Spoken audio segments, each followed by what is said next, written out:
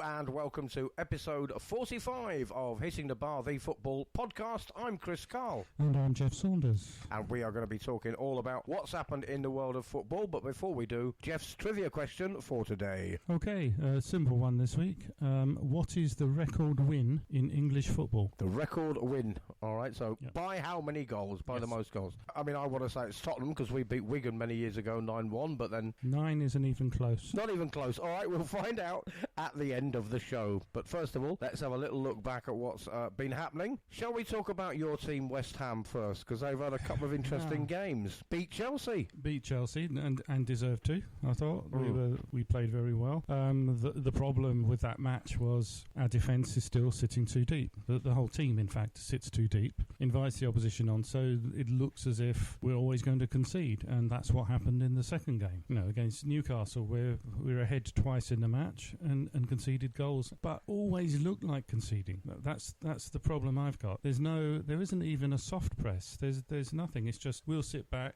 What can you do? Well, the answer is they can score. So why not keep the ball as far away from the goal as possible? Right, yeah, exactly. You do look like a team who may get relegated at times, but you've just about got enough in the tank, as they say, to stay up. Yeah, well, I mean, as the commentators on the TV programmes and journalists have been saying, West Ham's players are too good to be in the position they're in. Even Souness said it the other day. He said, look, they're just too good to be down there. He doesn't understand what's going wrong, which is manager speak for it must be the manager. It must be the manager, He doesn't want to throw Moyes under the bus because he was a manager himself, but it's a fact. You know, Moyes a couple of weeks ago looked utterly clueless on the sideline against Tottenham, if you remember. Yes. Yep. He just looked like a rabbit in the headlamps, and he looks like that all the time. And why is he setting the team up to just drop deep and say, okay, what have you got? To me, it's a crazy way of doing it. It looks like a sort of, I don't know, frightened way of doing it, doesn't it? Yeah. It looks like just sit back and hopefully they won't come near you. Yeah. And if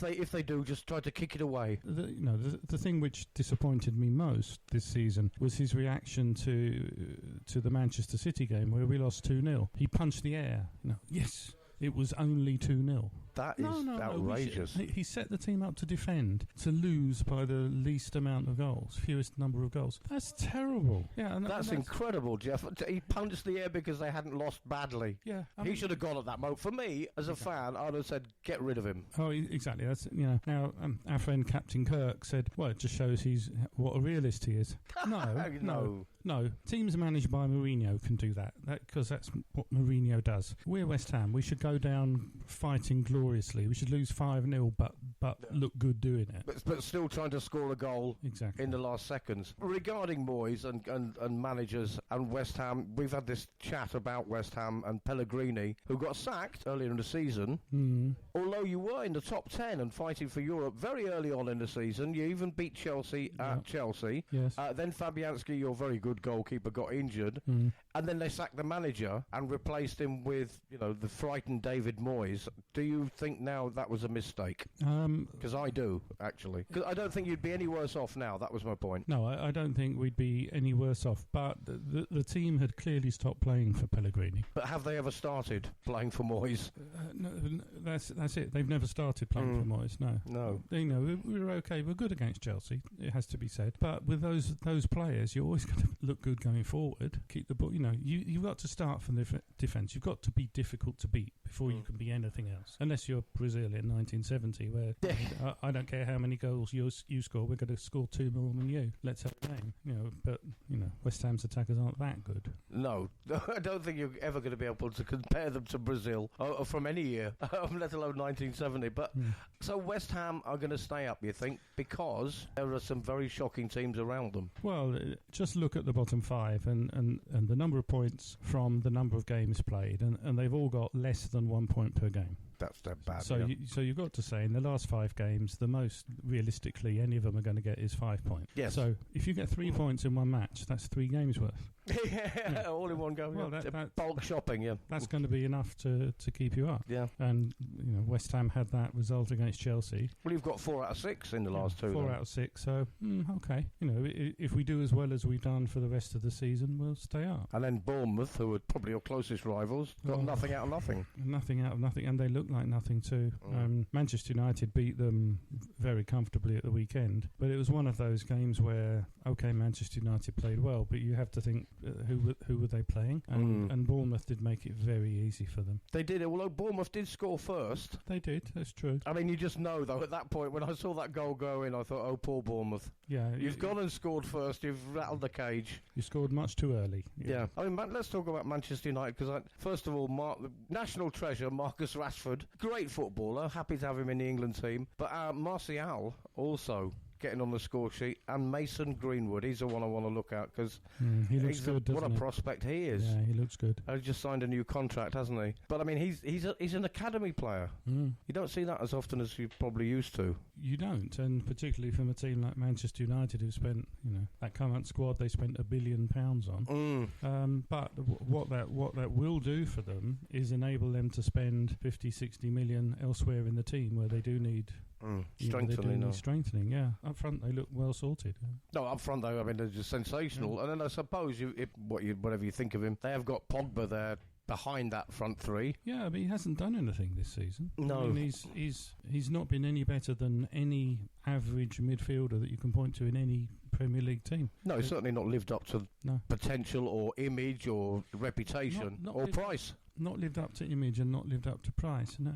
That's right. But, the last season when they were trying to offload him back to Juventus, they said how much money they wanted. Oh, we paid 90 million for it. And the Juventus sporting director laughed. He said, we had a laugh about that. We couldn't believe you were going to pay that much for him. He's not worth it. And when they said how much they wanted to pay, Man United backed out. He's probably worth 60, 65 million if he plays well. And he hasn't been playing well. He hasn't. Another one for me who hasn't been playing well. And, yes, another player that costs a lot of money, Geoff, that I saw some funny articles about at the weekend was Harry Maguire, because Junior Stanislas for Bournemouth nutmegged him, left him standing and went on to score a goal. And it's not the first time Maguire's made mistakes. He was culpable for the goal that Tottenham scored against Manchester United. Very much so, yeah. And in the game in between, I don't think he was much good either. And people are saying that Stanislas basically ended Maguire's career with that nutmeg. Well, no, because he's got so much goodwill in the bank, but it is true to say that he is not. He hasn't justified his price. No, I mean, he's a good player. You'd be happy to have him in your team, but you wouldn't be happy to have paid 80 million for him. Well, no, especially as Manchester City, they were interested at the same time, and when it went past 65 million, they said no, he's not worth it, and they withdrew. Yeah. I mean, they pulled out, as he's been pulling out of tackles quite a lot, but he hasn't looked good, has he, lately? Well, I think the problem is that there are two types of centre back, and they operate as a team. You've got the big, tall, strong guy. They shall not pass. That guy. That's Maguire. Yeah. You need the brains and the passer beside him. Yes. And he's trying to be the brains and the passer, and he can't, because that's just not who he is. But yeah, you need the one with the skills and the craft. Exactly. Alongside the bully. Yeah. Or the wall, as you say, though, you will not pass kind of thing. He's not that. I think he's trying to be that, though. You're right. He's trying to be that, yeah. And trying to be silky smooth and all that, and he's just not. That's right. When Manchester United signed him, they talked about, he'll be good at bringing the ball out from the back. Well, when was Maguire ever any good at that? No, he's not Danny Rose or Kyle Walker, is he? Maguire was a stopper. Yeah. Yeah, I mean, you're happy to have that. You need that in your team. Very happy to have it. And in that last, in the World Cup, he did a very good job for England. As that, but he's not he's not a Rio Ferdinand, Bobby Moore. No, type of centre back. Know your limits and exploit your strengths, really. And that taking the ball out from defence and going past players is not a Maguire thing. No, it's not. And you do worry when you think, oh God, he's got time to think. Oh God, what? No, you don't want that. Don't think, Maguire. Just push him over and kick the ball away. Exactly, yeah. But is any defender worth 80 million then that does that? He certainly isn't. And to think that he's significantly more expensive than Van Dijk, who is the best central defender in the world, and who can actually play either of those and both of those roles in one. Yeah, I mean, in these articles and tweets on, comments online that people have been making about Maguire's performance and that nutmeg, people are saying, now you can please stop comparing Maguire to Van Dijk and never do it again. Exactly. I think there's a world of difference between the two of them. Yeah, and Manchester United, again yesterday, their sporting director has been making comments about wanting Koulibaly from Napoli. I'm not 100% convinced about Koulibaly myself. I think there are probably better options inside the Premier League. And Tyrone Mings at Burnley, I think, is an excellent centre-back. Fantastic, yeah. I think he's superb. He's better than Maguire. Nathan Aké down at Bournemouth, if you want a ball-playing centre-back. He's the guy. He'd probably be for sale because going back round full circle to West Ham and talking there about Man United putting 5 past Bournemouth, who still managed to score twice. Bournemouth are probably going to go down and they'll be selling players. Oh, they'll definitely be selling players, and clubs will be queuing up for Nathan Aké, definitely, no question at all. The other really, really good centre back is me at Burnley. Very, very good centre back, and intelligent too. So there are players available who will become available in those positions. So Manchester United still not got the defence sorted out. We think they've got a great front line. We're not convinced about Pogba, but they've scored a lot of goals, and 5 against Bournemouth. Yeah, and just to put it into perspective, Bournemouth scored 2, and Newcastle beat Bournemouth 4-1. So kind of similar kind of thing, I suppose. So I do think it says more about Bournemouth than it does about either Newcastle or Manchester United, to be honest. I suppose Bournemouth are bad then, aren't they? Because everybody's putting goals past them. They look to have given up. It's a shame because earlier in the season, it seems a long time ago now, you and I and other people as well on this podcast and on the radio show we do, we're talking about how good Eddie Howe is as a manager, and some people were saying when Pochettino looked like he was getting sacked, and I still maintain that he should have been, really, looking at his record. At the time you could see he was tired of the job, but everybody was saying Eddie Howe should take over Tottenham. I thought Eddie Howe should take over Tottenham, and I think from Tottenham's perspective, I wish he had, because he's a Tottenham manager. He plays football the right way, the way Tottenham fans like to. There is that, but it's not working for him at Bournemouth. Why then? When they were so good under him last season, and the first bit of this season, what happened? Unless you've got the money to reinvent your team, each year reinvent it a little bit, and Bournemouth don't have that money, so they can't. So he's dealing with the same players all the time, and they've heard everything he's got to say. I think there comes a time when sometimes a manager just has to move on because he can't. He's done all his lines, and he's just going back on the loop again, and they're going, yeah, we know about that. Yeah, we know. You're not inspiring us with that. That's not a tactic that's working anymore, which is kind of what we said what happened with Mauricio Pochettino. Very much so, yes. I mean, 5 very good years at Tottenham in the sense that, always top 4, but we've won, under the current owners, 1 trophy in 20 years. Tottenham would expect a bit more than that. They didn't get it with Pochettino, probably not going to get it with Mourinho either.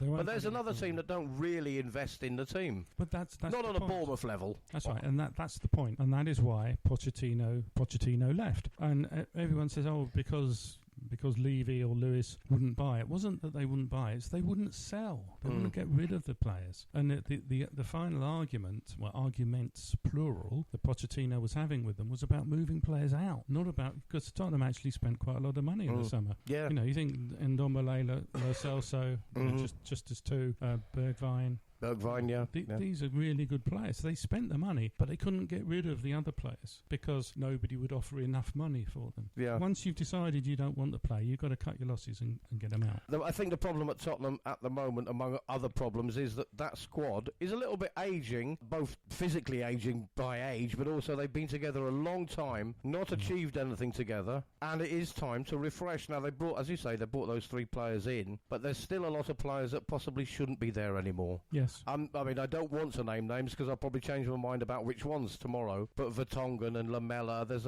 a lot of people who've been there a long time, and I think you're right. They need to be taken out of the equation and new people slotted in to work with Lo Celso and Bergwijn. Maybe not Ndombele, but with those new players. I think that squad's just had its day. Well, that's right. And, if anyone doubts it, then just look at Manchester United's squad and then look at how many players they bought over the last 5 or 6 years. Well, they haven't just added those players in, have they? Otherwise, their first team squad would have 40 players in it. They've been getting rid of the ones that they don't need, and that's what Tottenham failed to do. And that's why Pochettino was so angry. It's the same players listening to the same stories, the same routines in training, the same.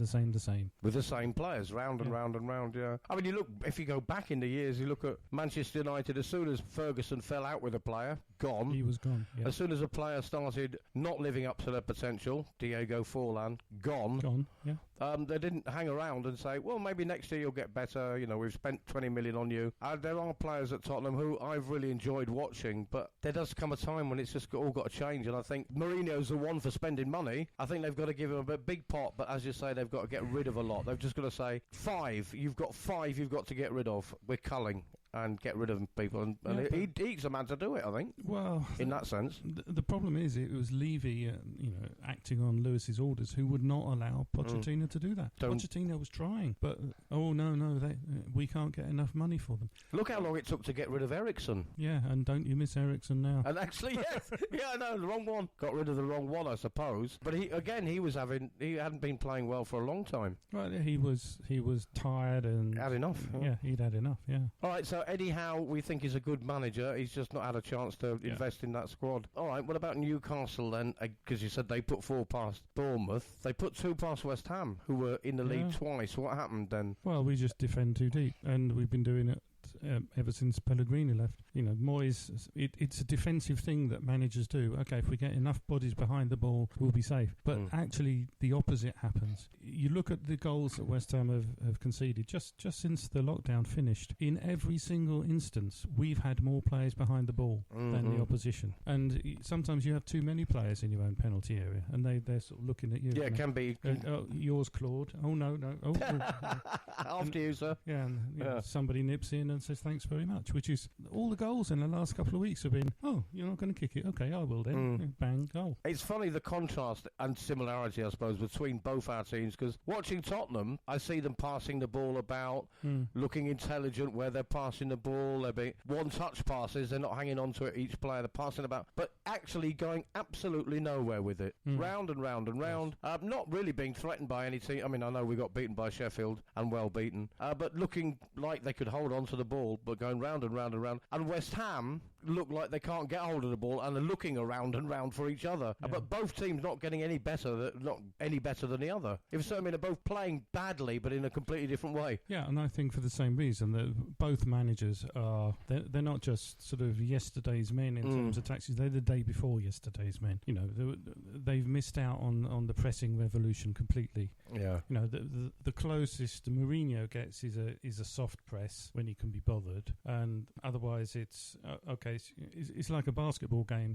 One team gets the ball and they score and hand the ball to the other team, and they go forward and have a go. Yes. Like playing attack v defence in training, and neither of them understand the pressing game, and how the Germans and Rangnick and Klopp have taken the game on even further from that. So the principle is, if we lose the ball, we press to get it back. We get it back near your penalty area, not ours. Not ours, yes, yeah. That's the key. And neither Mourinho nor Moyes believe in it or do it. It is a bit like, it's almost like they play football like tennis. The ball goes to one side, you wait in your own place till you get it back, then you rather than going and following it. Yeah, I mean, Mourinho's best season ever, 10 years ago now, by the way, was Inter. He just parked the bus. For a season, he parked the bus. Well, interestingly, Tottenham last night, as we're recording this, it is Tuesday. This podcast will go out tomorrow. But last night, Tottenham, which we'll talk about now, beat Everton 1-0. That was Jose Mourinho's 200th Premier League victory, which puts him on a par with because only a few managers have done it, Alex Ferguson, Arsene Wenger, and David Moyes. Would you believe? I think there's 5 in total Premier League managers who've got 200 or more Premier League victories, and it came with an own goal against a team, Everton, who seemed for some reason to have stopped doing all the things they've done well since they came back. But they're going to go nowhere. If your two forwards are Maitland-Niles and Iwobi, then you're not going to. You're not. No, it's not. You're just not. And Iwobi was absolutely hopeless yesterday. It was just. It was beyond bad. It was embarrassing. You just prayed that nobody would pass to him, because it was going to bounce off him and he'd get the ball away straight. He was having an absolute nightmare. But even when he's playing well, you're kind of. It's not quality. Should you be playing for a team like Everton? You really shouldn't. But I think Ancelotti, given money, will spend it well and he'll improve the team. Yes, and no doubt he's a good manager. Oh, unquestionably. I mean, he's got a fantastic record, yes. Presumably, he knows and understands that he's going to be there for the long term. Yes. Because he took over a team that, although we heard from Everton fans they were going to win the league. Yes. Oh, I am looking forward to seeing that guy again. Yes, yeah, just tell everybody what happened who hasn't heard the story before, because looking back now all the way back to August last year... Well, we'd just done our O-levels, hadn't we, then? Yeah, it was so long ago. But this Everton fan came up to us. To tell the story, Geoff, because now, looking back, having seen them play against Tottenham yesterday, I don't know what he was talking about. Well, yeah, we were talking about, it's the start of a new season. We're talking about who's going to be good, who's going to be bad. And this lad came along with his girlfriend. He'd obviously had a lot to drink. Yeah, that's his excuse. No, he had, and he was telling us how Everton were nailed on for a Champions League place this season. And bear in mind, I think they finished 7th or 8th last season in the Everton position. Every season. Yeah, what would be different? And that was our point. What's different? And he kept on telling us about how Gomez and hang on a second, you had Gomez this season. You already had him, yeah. You already had him. So what's changed? What will change to make? And Moise Keane as well. Better? Yeah. Although yes, he was obviously in high spirits, but he was convinced that Keane and Gomez were going to turn Everton. Oh, that's right. Yeah. And this is before they got Ancelotti. Yeah, that's right. Actually, thinking about it, before they even had a serial winner as a manager, he was convinced they were going to finish top 4, and judging by yesterday's game, they're lucky if they're going to finish in the top half of the table. No, they'll finish. They're 11th now. Yeah, exactly. No, I think they'll make top half, but you have to wonder where the goals are going to come from, and they have Richarlison up front, who is a very, very good player.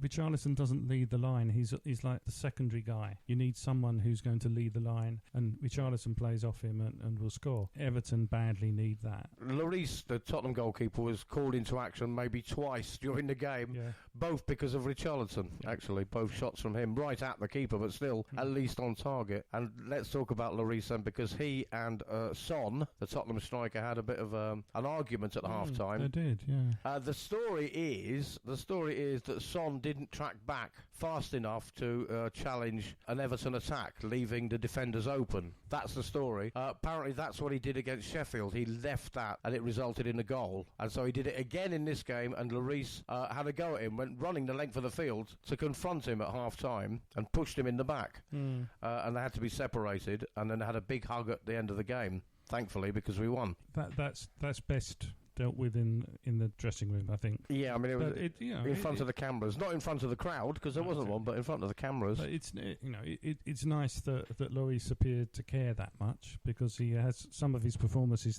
this year have suggested that he doesn't care very much. So but good one. But Son, I don't think anyone can question Son's work rate. If he didn't track back, there was a good reason for it. I mean, first of all, the commentator said, of all people to get into a fight, he's the last one you'd think would fall out with anybody. Although he didn't instigate it. Mourinho, after the game, said he thought it was beautiful because it showed both players had passion. He said, and that's what was lacking in the Sheffield game, that the players seemed to lack motivation and passion. But in this game, he said, I was glad to see they cared, but he agreed with you. That is something that we should keep to the dressing room. Yeah, I think so. I mean, obviously something must have been said by the manager, you'd hope, by the manager at half-time was, good for you, lads, I want to see more of that, but not in front of the cameras. Well, no, you want to see that aggression, but against the opposition. Against the opposition, yeah, for a change, yeah. Yeah. I mean, now we've got that bit. Let's do it against them. Yeah. It is interesting that the year 3 excuses from Mourinho have started at the end of year 1. Yes, yeah. And he's thrown the players under the bus all of last week. It was I think shocking.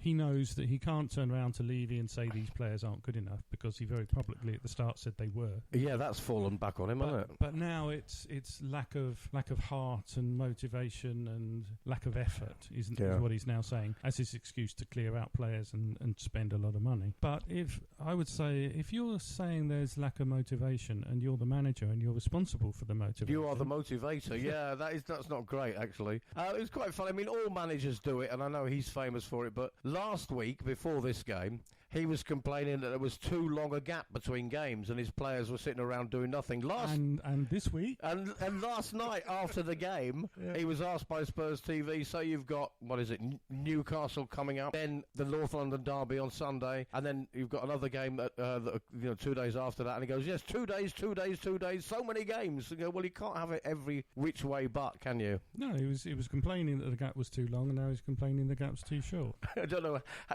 how many days is exactly right for Jose. Well, the number of days that is between a loss and a win. A loss and a win, yeah. I mean, it is, as he said, is after a bad game like they played against Sheffield, he said it's very, very difficult often to get the players back to winning ways, and sometimes it can go on a bit. So at least, despite it only being an own goal, they did win. Yeah, I think on balance they deserve to win. They were always the more likely team to score. Yeah, I thought that against Man United, but until towards the end. Yeah, I don't think the match was as bad as some of the commentators and journalists were saying it was. It was actually, a lot of times it was quite easy on the eye, but you could see there was a lack of quality there, to be honest. Yeah.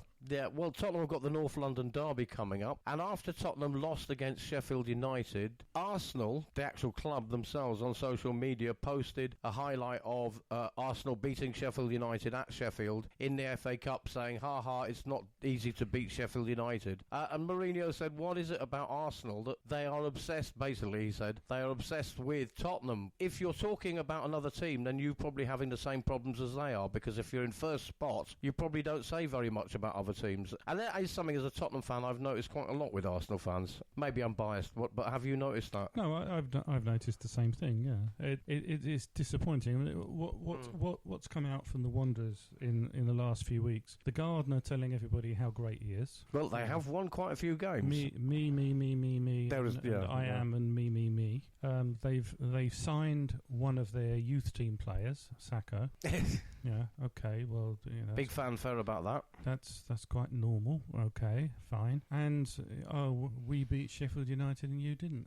The best way to crow about it is the way that Klopp and Guardiola do it. They don't crow about it. They don't know. You can look at the league table, and that tells you all you need to know. Well, you always find a very confident person very rarely gossips. They just because they're happy in their own skin and they're pleased with their own success, which is what Arsenal don't seem to have. But Klopp certainly does. Yeah, you don't very often hear Klopp talking about any other manager. He doesn't. No. Well, other than Guardiola, who he says is the best manager, best manager in the world, and probably the best manager the world has ever seen. So that's his direct competitor saying that. So yeah, okay, fair enough. Yeah, I mean that not only does that show that talent and confidence, shows a bit of class as well. Yeah, it does. But nevertheless, Arsenal are on a little bit of a winning streak. Yeah, they are now without looking great though. No, without looking great, they are now a full 1 point ahead of Tottenham, which is why they have all this room to crow and go on about Tottenham. First time this season, I think they've been above us, so it's not a big deal. But Tottenham are playing Arsenal on Sunday. Yeah, that'll be an interesting game, won't it? Yeah, we're going to look at the games in a little while, but first of all, you've got a little bit of a piece that you want to talk about Barcelona, because on the radio show we do, and I'm going to give a little plug for them, 93.6 Global Radio on the Costa del Sol, on the Saturday football show we do for them as pundits, if you like. We were talking about how Messi isn't happy at Barcelona and how Barcelona are in disarray, because they're not going to win the league, are they? No, they're not now. Barcelona are in trouble. Not just the team on the pitch, but the whole of the club. The whole of the club is a complete and utter mess from top to bottom. For those who don't know, these clubs are genuine clubs. They are owned by the members. So there's like 200,000 members who own the club. And every 4 or 5 years, depending on which club, they elect a president. And the last one elected at Barcelona was Bartomeu. And the president then brings in his management team. And he had a board of directors of 21 directors. Now, a couple of those are going to be from the banks, because they're putting up a shed load of money, so they want some sort of say in how it's spent. The problems at Barcelona really seem to start with the transfer of Neymar. They received 222 million from him, which is a joke. Yeah, I'd never rated him that highly. No, but they got 222 million. And one of the directors joked with the journalist, if they spent all that money, then the directors should resign. Well, they more than spent all that money. Griezmann came in last year for 110 million. Dembele came in for 120. Coutinho 145. That's a third more already. Exactly, yeah. And no directors resigned. Well, they didn't resign for that. This spring, 6 of the directors resigned for other things, which brings a total of 11 of the 21 directors have resigned since Bartomeu took over. Jesus.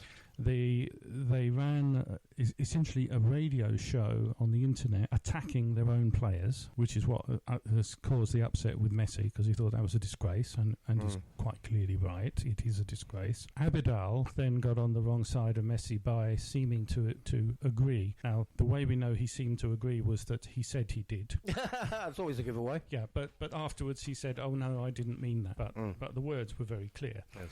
And this is what upset Messi, which is why Messi is very, very unhappy. Yes, it's one of those, I misspoke, which normally means was I said something that I now regret. Oh no, you didn't understand. You didn't understand. When I said I totally agree, what I meant was exactly. Yeah. And whatever you want me to think. Yeah. So the Real Madrid fans around who like to try and diss Messi are saying, he's behaving like a prima donna. Well, he's not. He's been attacked by his own club, who say they want to keep him.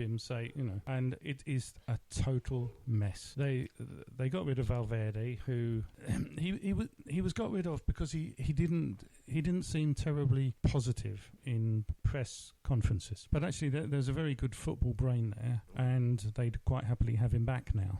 They're not going to win the league, are they? For sure, now, pretty much. And Setien, who is a very good manager, who was brought in, has been dealt these cards, which it's a bit of a mess. And just to show you how stupid the situation is there, they bought Griezmann for 110 million last year, and he was brought on as a substitute last week in the 90th minute. Griezmann, yeah, World Cup winner Griezmann. Yeah. The player everybody wanted to buy last season. Everybody wanted him, yeah, and he is still that good. But when he was asked about it, Setien said, why did you bring him on in the 90th minute? He said, well, if I hadn't brought him on in the 90th minute, I wouldn't have brought him on at all. So doesn't that tell you absolutely everything? Everything, yeah. That's not great. And what must Griezmann be thinking? Well, he's very, very unhappy. Now, to be fair, a lot of this is his own fault, because the deal was arranged the previous year. And then Griezmann did this stupid internet YouTube film of him making the decision.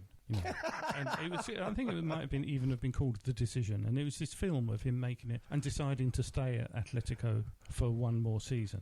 And so when he did come at the end of last season, it was like, I'm doing you a favour. Right, yes. And it just hasn't worked out. And, Messi has done what he's always done, like he did with David Villa, feeding him balls so he can score, and his confidence is low, so he hasn't been scoring, So Messi's getting frustrated with this great new signing they've had, and the manager's not playing him, so it's all a disarray then. Yeah, and the one thing Messi needs, when he's running that inside right channel, he needs somebody wide left to drag at least one of the defenders away. And that's what Neymar did. Neymar occupied at least one of those defenders and created the space. Now, if you look at the rest of the Barcelona team, their average age is like 32, 33. That's also not good then, actually. It's not good, no. And they've had difficulty moving players on. Like Tottenham, I suppose, yeah. And the problem, of course, is that the ones they could sell are the ones which they really ought to have kept.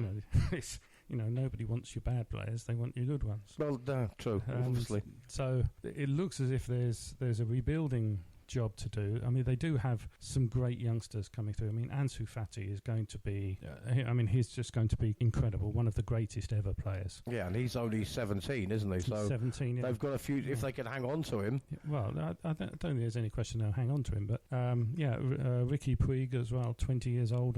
He's going to be another great. But there are still too many players there that are the wrong end of 30. And then at Real Madrid, you've got Ramos, who just can't stop scoring at the moment. Yeah. He's had a very, very good season there, goal-wise. Last two have been penalties, but they've won 1-0 each time. Well, most Ramos goals are penalties. Indeed. But he is, really banging them in this season.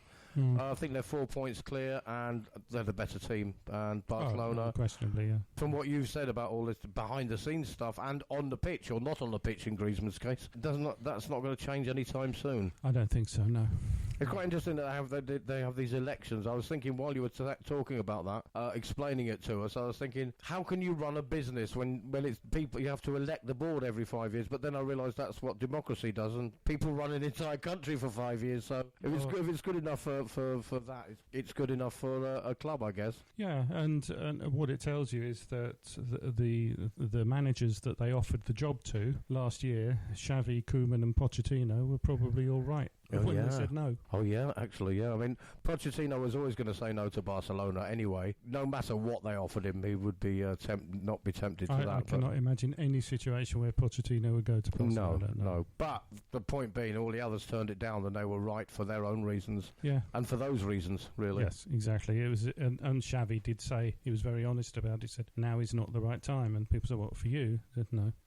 Yeah. There is a chance that he will be out if this one of the people up for election gets in, that Setien will be out and Xavi will be in. It's another possibility that people are saying. I think it's probably edging towards probability, not possibility. Yeah. Would he be a good manager there? Do you think? I think he would. Yeah. I mean, he understands the place and he understands what Barcelona are trying to do with football. I think he'd be a good manager. Yeah. All right. Let's move our attention on to what's happening in the forthcoming days in the Premier League, at least anyway, and we'll run our expert eyes over the fixtures. Now, it's Tuesday. As I've said, we don't actually release this podcast until a Wednesday evening, so we're going to still predict the games that will have already happened by the time you're listening to this, but you can believe us if we get them all right. This was recorded before. We're not going to get them all right anyway, so not a problem. No. Crystal Palace against Chelsea tonight. Got to be a Chelsea win. Crystal Palace lost a few in a row recently. They've got the lowest scoring record in the league alongside Norwich. They're not going to get much joy against Chelsea.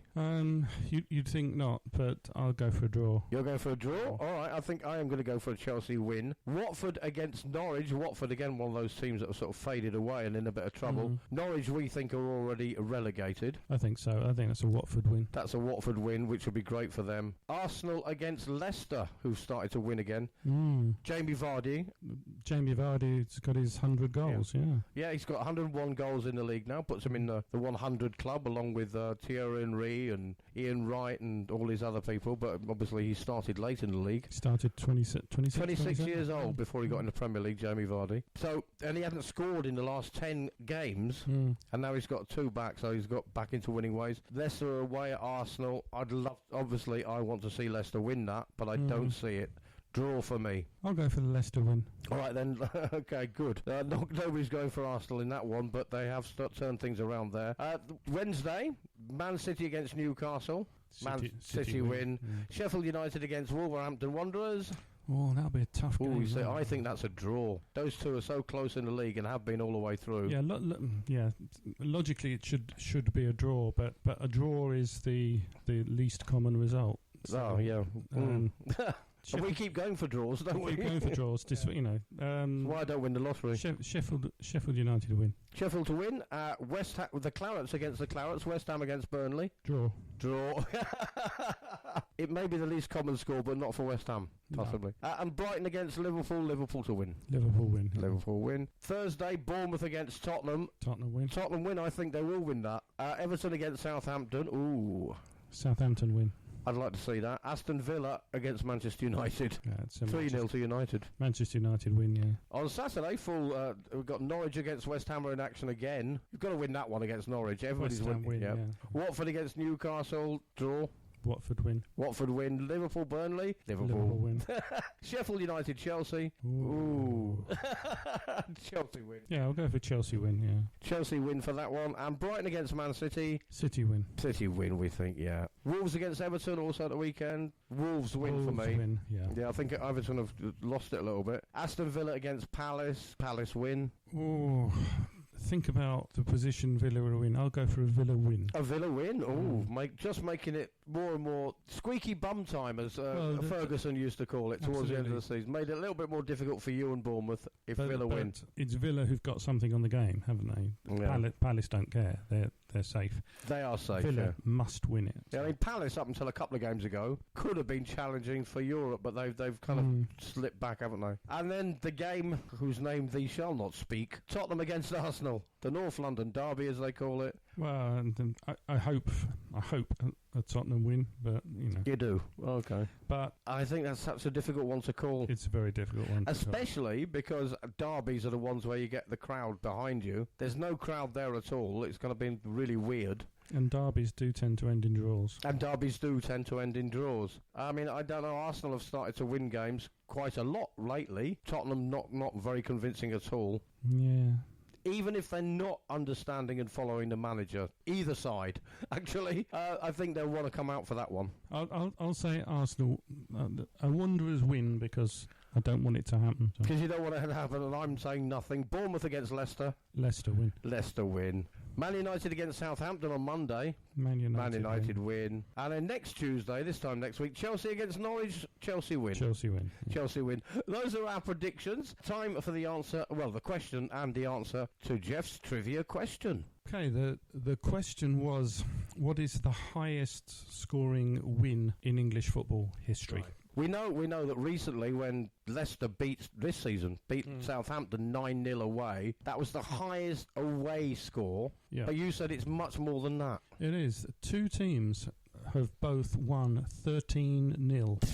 13. Stockport County beat Halifax Town 13-0 in January 1934, and Newcastle United beat Newport County in the old second division in 1946. Wow, Newcastle barely scored 13 goals all season. Yeah. Now, that's 13. I bet that was...